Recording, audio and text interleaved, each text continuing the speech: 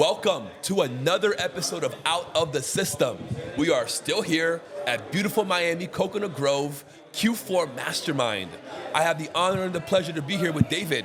How are you, sir? I'm doing great, man. How's everybody here? Incredible. What an incredible event. What an incredible mastermind. I feel like it was the right people here. Yeah, that was the thing about being private, right? Yes. It's about vetting the people that were here. And we basically, what Janelle was telling me and Christine and Benny, was that it was really more about the leader in communities. We wanted leaders in each organization, leaders in the real estate business. That's incredible. So we got the leaders now. Now the goal is to expand it, right? So they can tell other people about what we're doing. That's awesome. David, tell me a little bit about you. So I'm from Puerto Rico. I was born and raised in Puerto Rico. At about the age of 12 years old, I had this little word that I felt it was God speaking to me, telling me I'm going to inspire millions of people. And I thought I was going to be playing basketball or modeling or whatever. Every time that I did something, I felt like this was how I'm going to inspire millions. What I did not know was that at the age of 29, I was going to get diagnosed with terminal cancer. And that was like the day that I remember getting that, I blacked out. I played sports, football, baseball, track, you name it. I tried it or played it. Right. I never blacked out. But I heard the word cancer, like most people, and I blacked out while I was giving blood, which I used to donate blood, so it wasn't giving blood. Wow. It was the word now became real. I knew going to the doctor that I felt a lump, so I knew it was cancer. Where? I had a feeling. It was originally in my testicle. So it was originally diagnosed as testicular cancer. Wow. So again, Lance Armstrong, hey, he survived the worst case. Right. I'm going to be okay. Yeah. And then they called me a few days later and say, David, you don't have testicular cancer. You have what's called immature teratoma. I said, okay, well, if it's immature, it's probably curable. Right. It's the opposite. An immature teratoma grows different types of cancers very rapidly and very aggressive, and is very terminal. Wow. There's not that many cases of people that ever survived it, and the people that did survive it is because it didn't spread. Wow. So little by little, my mind just went to a different place. And I remember cursing God. I remember being mad at God. I remember saying, what did I do to deserve this? Yeah. Right? And I tell people all the time, I said, throughout our lives, if I ask you one question, you're going to deny it, and it's completely false, is who do you blame throughout your life? We blame things every single day. We do. I don't care how old you are. We start blaming other people, Oh, yeah. our parents, our friends, our relationships. We point the finger out and not in. Never in.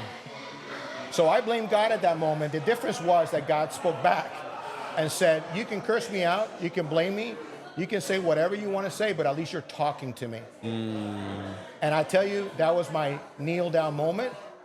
People think it's other times. No, it was that moment after I got diagnosed at the age of 29 that I heard that voice, and it was the same voice that I heard when it said, you're going to inspire millions.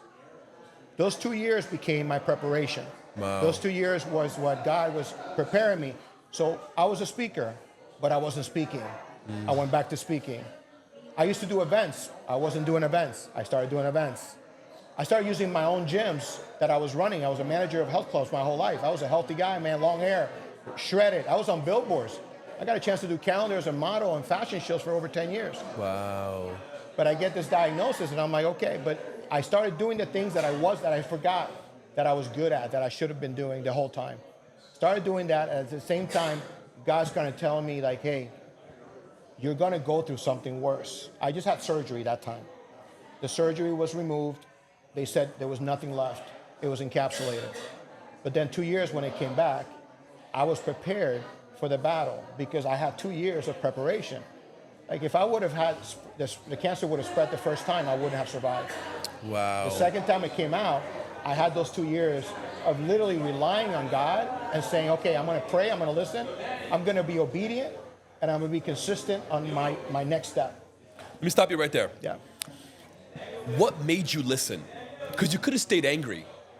The voice. You could have gotten like resentful, rebelled. Yes. What So made you say, God, I'm going to listen? It was the voice because it dropped me to my knees. I mean, I couldn't stop crying. I couldn't stop anything. It was like I dropped to my knees because that voice was the same voice that I listened at the age of 12. I was playing basketball in Marquesina, in the driveway, in my mom's dad's house in Bayamón, Puerto Rico. And that voice said, and I went to my mom immediately. I said, Mom, I think I heard God.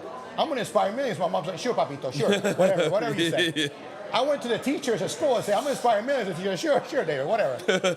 And that same voice, I used to DJ when I was in college. And you know how the BPMs and you know how you had to mix. Yes. Back then we had vinyl. Yep. A real DJ. Yep. Scratching. And scratching. And we had to mix. And we had to get the BPM, the beats per minute. Yes. We had to match it. So I Correct. could play Tainted Love and I could play another new song, a techno song, a house song back in the day. But you gotta transition it properly. Correct. And all that training of me listening to that headset, that's what it was almost like the voice matched the voice. And I never, throughout those, since the age of 12. Wow, you matched the tone, you heard the frequency. To the age of 29, I never heard that voice. And that voice was it's like you having an epiphany. You're having a deja vu moment. You know it happened. Nobody else knows. Right. You just know. And that voice brought me to my knees. It was almost like that. It had power that I could not control myself at that moment. Why do you think you were chosen? So I told Steve Harvey that. When Steve Harvey interviewed me, I said, I was chosen to tell this story. I believe that everything that I thought I wasn't because I was who he wanted me to be. But he gave me all these talent to speak, to model, to be on stages, to host over 100 fitness shows, to do all these things, to shine a light on people. What the cancer story did, it gave me, it's almost like a bridge. It bridges the trust between me and someone else. So when people watch my story, it's almost like they trust me with theirs. Right. And for the last 18 years, I've been cancer-free. I've coached over 450 women to tell me about their abuse. That's incredible. Their rape, their dysmorphia, their anorexia, their bulimia, their addictions. Everything they've suffered through, they share with me. And I have to protect them. And at the same time, God's given me a blueprint of how to take them through that process. That's so powerful. For them to own their story. Because you know, as your wife was telling me, she can't wait. I'm going to send her people for a podcast. Your wife was telling me about what she wants to do. And I said, you know why women don't share their story? Because they feel shame or judged. Yes. So until you own I want to say you own your shit. Yes, please. Right? Yes. Until you own it, you don't want to share it. You're always going to doubt yourself. You're going to have that fear. With me, it's like you saw me today. Yeah. I have no fear because I know that what God did in my life is for me to share, because maybe one person here is going through cancer or is going through something, and it gives them that 1 ounce of hope. Your story, your personal story, is to be shared because you're going to give someone hope. Yes. And that's it, even if it's one person. Right. But you know the domino effect of that one person. Huge. You never know. You never know. How one person listened to you that one day, and all of a sudden, they turn to be president. They turn to be someone famous. And then 20 years later, it's like, hey, man, it all started with a podcast. It all started with a thing. You never know. And that's the cool thing about living, man. It's like you never know what the next step's going to do, but you also never know what the revelation is going to be. And that's what's really cool about my life. I feel like I'm living a movie through everybody that I get to coach. Everyone I get to mentor, I'm living their life. I get to witness them find that power, find their voice. Tell me why women? So the backstory was I was a manager of health clubs since the age of 22. I trained over thousands of women to compete in fitness shows. Got it. And models and pageants and all that stuff. Makes sense. So I trained them to compete. I trained them to compete in sports and all that stuff. So when the first article was published in Natural Muscle Magazine, was about my story, all these women got the magazine in the gyms because it was distributed all over the gyms, Natural Muscle Magazine. And after that was happened, everybody thought I died. Because it said on the top, it said, David died on 2000 and this. But then in the bottom, it said, he was reborn. People don't read, brother. They don't. So then people were texting me, people were coming. I had 4 gyms. I was a regional manager for Gold's Gym in Tampa, Florida at the age of 24, 25. That's incredible. I came down here, I ran 4 Gold's Gyms in Boca, East Boca, Delray, Pompano, Deerfield area. I had all these, I was a regional manager. Yeah. And those women found me, man. They started telling me, I felt like I went to my funeral and listened to women tell me how I helped them through all that stuff when I was training them. Wow. I just wasn't bold enough to keep going. Now I'm bold enough because I went through such a life-altering experience. Do you know what that tells me? That tells me that at a young age, you were able to balance within you your masculine and your feminine. Because if you hadn't done been that, emotional, man. women wouldn't have felt comfortable coming to you. True. Absolutely. I've always been emotional. I mean, and being in the fashion world, I'm a straight person. You know, I love women for every reason possible. I think it's the best thing God created. But for God to use me to listen to these women, my perspective, the way I look at women is completely, I think about 18 years of me listening to these stories. Wow. The way it's just, no one will ever understand what I see, what I understand about women because of that. You should do a book. Eventually, I believe that. My whole thing right now is to finish my documentary. Okay. I started working on it throughout my chemo. That's incredible. Throughout my surgery. And I literally sat in front of a camera and told my story for the first 29 years. And I rewatched it.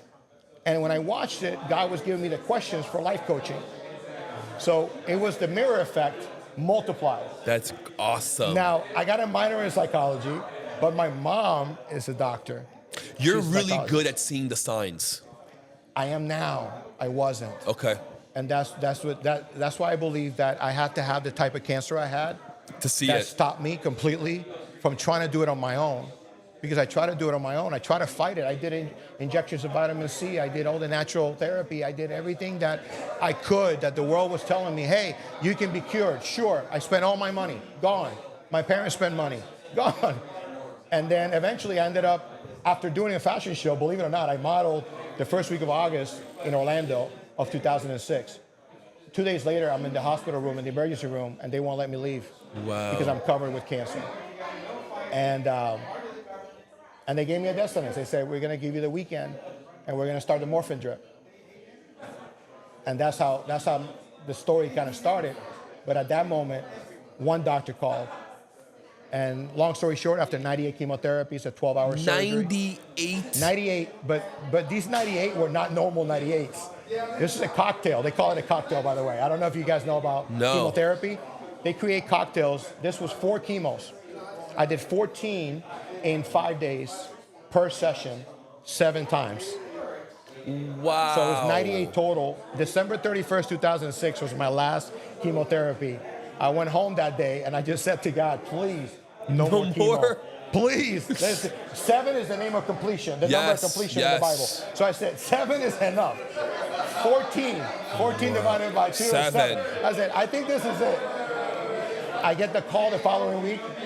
Surgery, February 1st, 2007. It's my birthday. Is it? February 1st. That was my surgery. Can I tell you, I've never been so excited to have a surgery. I could imagine. The surgery I never wanted, now I was looking forward to it. Yes. I went to the gym every day for 3 weeks until February 1st. I worked out even with pain. I didn't care. Wow. And I worked out through chemotherapy, by the way. That's part of my story. And God gave me the strength. My life verse is Philippians 4:13. I can do all things through Christ who gives me strength. And I lived my life verse my whole life. I just didn't know it was going to turn that cancer that I needed to tap into that strength. You're such a strong person. You're incredible, man. Again, You allow him to work through you. I had to, because I couldn't do it on myself. And that's what I try to explain to people. I've had doctors tell me, yeah, well, you're willpower, man. You're very positive. I've seen you before. You did a lot of good things. Yeah, but trust me, this was nothing to do with me. I mean, I made myself go to the gym, sure. Right. I lifted like 10 pounds at the time. At 128 pounds, I started working out again.